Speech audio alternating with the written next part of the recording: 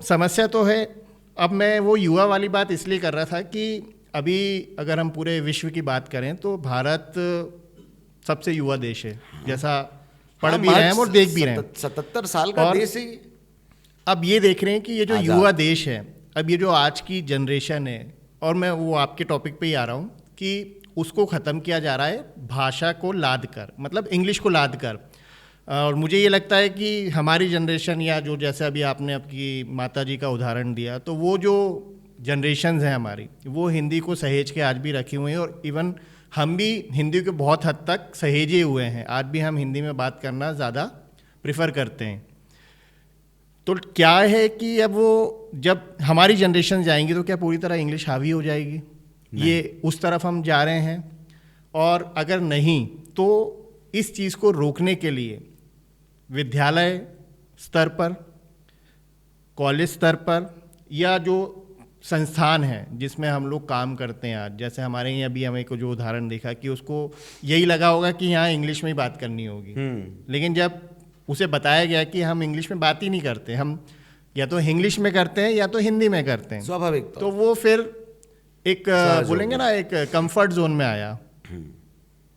तो क्या वो एक हिंदी योद्धा के नाते, और चूंकि आप हिंदी में इतना सारा कार्य भी कर रहे हैं और मातृभाषा उन्नयन संस्थान जैसी एक बड़ी संस्था चला रहे हैं जो पूरे राष्ट्र में प्रसिद्ध है और राष्ट्र में काम कर रही है, तो आपने कुछ ऐसे सुझाव या कुछ ऐसी चीज़ों पे भी काम किया होगा कि अगर विद्यालय स्तर पर हिंदी को सुधारना है या हिंदी को बढ़ावा देना है तो क्या करना होगा, कॉलेज स्तर पर अगर हिंदी को सुधारना है, हिंदी को बढ़ावा देना है तो क्या करना होगा, और संस्थानों में, चाहे वो कॉरपोरेट घराने ही क्यों ना हो। सबसे पहले तो आपके उस प्रश्न का जवाब मैं इस बात से दूंगा कि हिंदी क्या हमारी पीढ़ी के बाद चली जाएगी, तो जब तक अर्पण जैन के शरीर में रक्त का एक कण भी शेष है तब तक तो हिंदी के लिए लड़ता रहूँगा।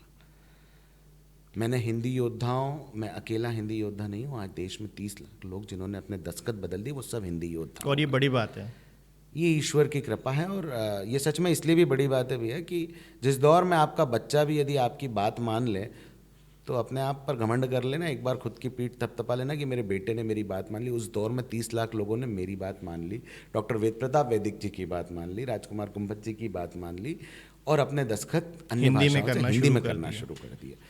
हिंदी को अगर हम विद्यालय स्तर की बात करें तो सबसे पहले शिक्षकों से मेरा आग्रह भी है, हाथ जोड़कर उनसे करबद्ध निवेदन भी है कि आप अपनी संस्कृति को बचाइए। आप रशिया में पैदा नहीं हुए, आप अमेरिका में पैदा नहीं हुए, आप एम्स्टर्डम में पैदा नहीं हुए, आप भारत में पैदा हुए, तो भारत के प्रति प्रेम अपने अंदर रखिए। अगर आपके भीतर भारत के प्रति प्रेम रहेगा तो भारत की भाषाओं के प्रति भी प्रेम रहेगा। बच्चों को दंड मत दीजिए, अगर हिंदी में बोल रहा है तो उससे आप अंग्रेजी अपनी तरह से सिखाइए उसे, पर हिंदी को रोक कर अंग्रेजी मत सिखाइए, वरना यही बच्चे कल आपको भी वृद्धाश्रम भेज सकते हैं।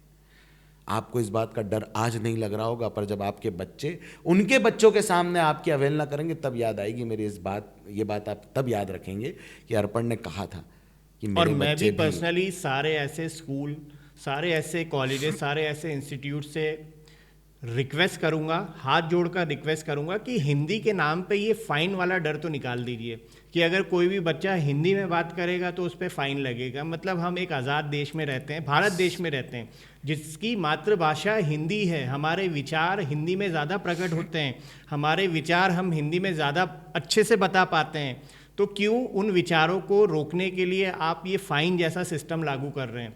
हिंदी में तो कतई बात करने पे फ़ाइन नहीं होना चाहिए, और होना चाहिए तो सरकारों को भी इस पर बहुत सख्त कानून बनाना चाहिए कि ये मतलब ये तो किस सिस्टम में रह रहे हैं हम कि हमारी मातृभाषा बोलने में हम फ़ाइन लगा रहे हैं। तो बच्चा तो डरेगा और बच्चा नहीं पढ़ेगा। फिर आप शिकायत हम जैसे माँ बाप से करेंगे, उनके परिजनों से करेंगे, उनके पेरेंट्स से करेंगे कि आपका बच्चा हिंदी में कमज़ोर है। अरे कमज़ोर तो आप लोग बना रहे हैं उसे हिंदी में, हम नहीं बना रहे हैं। हम तो दिन भर उनसे हिंदी में ही बात करना पसंद करते हैं। अब हो उल्टा रहा है कि बच्चे हमसे इंग्लिश में बात करने के लिए बोलते हैं कि पापा टॉक इन इंग्लिश।